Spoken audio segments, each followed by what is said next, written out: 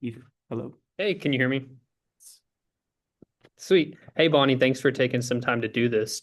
I'm curious for you, like, what has this been like this early season so far? I know that, coming from overseas, you have this idea of what college basketball is going to be. Has it lived up to it? What have you liked? What's, maybe surprised you?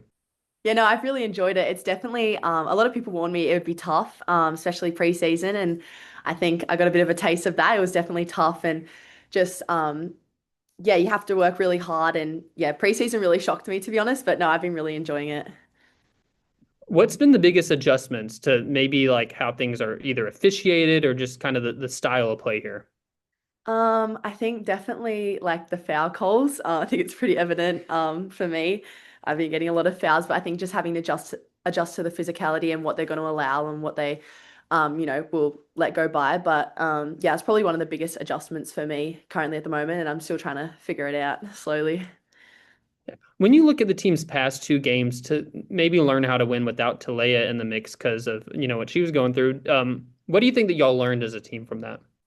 I think we learned like coach really harped on about stepping up, getting more points, getting more rebounds because obviously T is a big out for us. But I think we've really stepped it up. A lot of the girls, especially Harmony, in the first game we had T out, she really stepped it up, and Jenna as well. So I think people just filling those roles.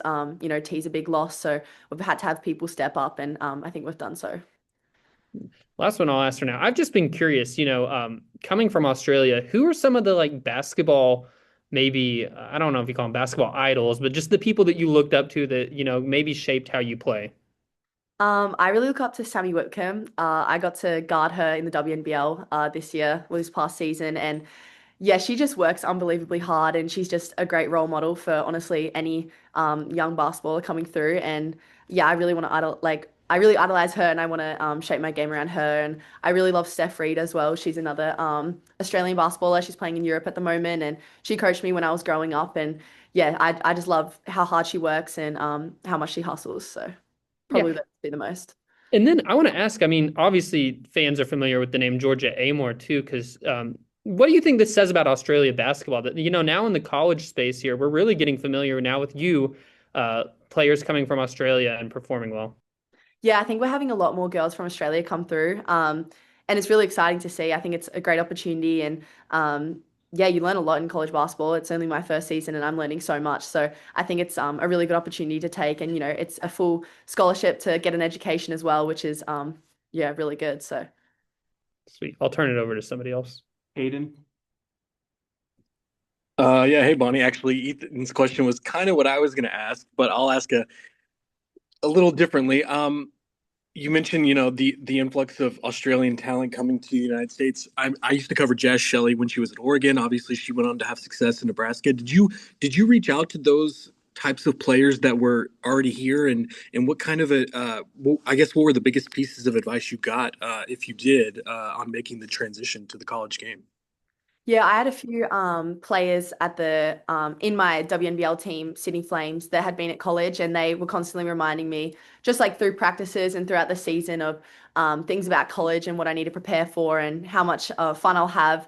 So yeah, I kind of just took advice from them, and they just kind of helped me, and they're still with me at the moment, like texting me and checking up on me, and yeah. Thank you. Dudley. Talk to me a little bit about where you feel like you are as a team. What can you get better at, and what do you feel good about? Yeah, I think we're definitely improving at moving the ball and our offense. We've really worked on that the past week and a half, like when we've had a bit less games. So yeah, we're really working on that at the moment and just being switched on with our defensive schemes and making sure that we're staying connected as a defensive cohort. What's it been like playing for Coach Music in her philosophy and really, just getting after it each game?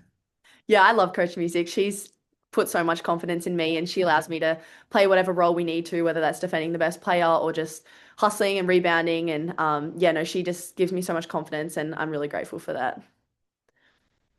Obviously, the last few games before SEC, how much are you looking forward to playing in the SEC? Where obviously there's some of the best talent in the country.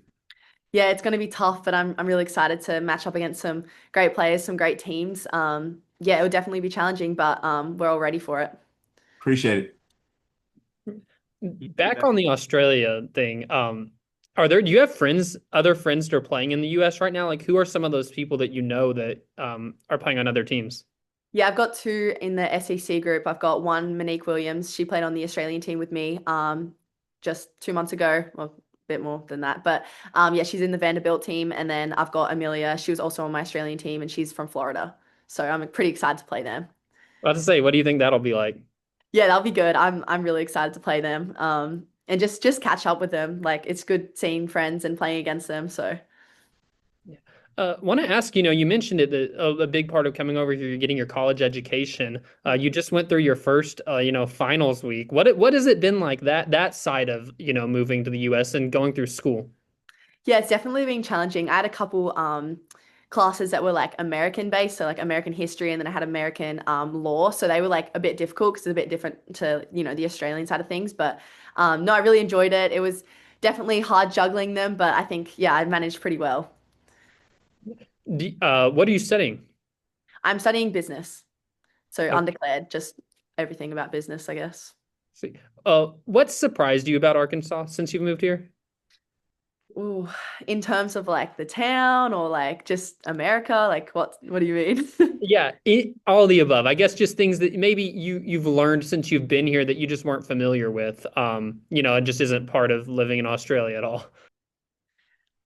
Probably just how much like food joints there is. Like there's just so many like different food places like at every corner.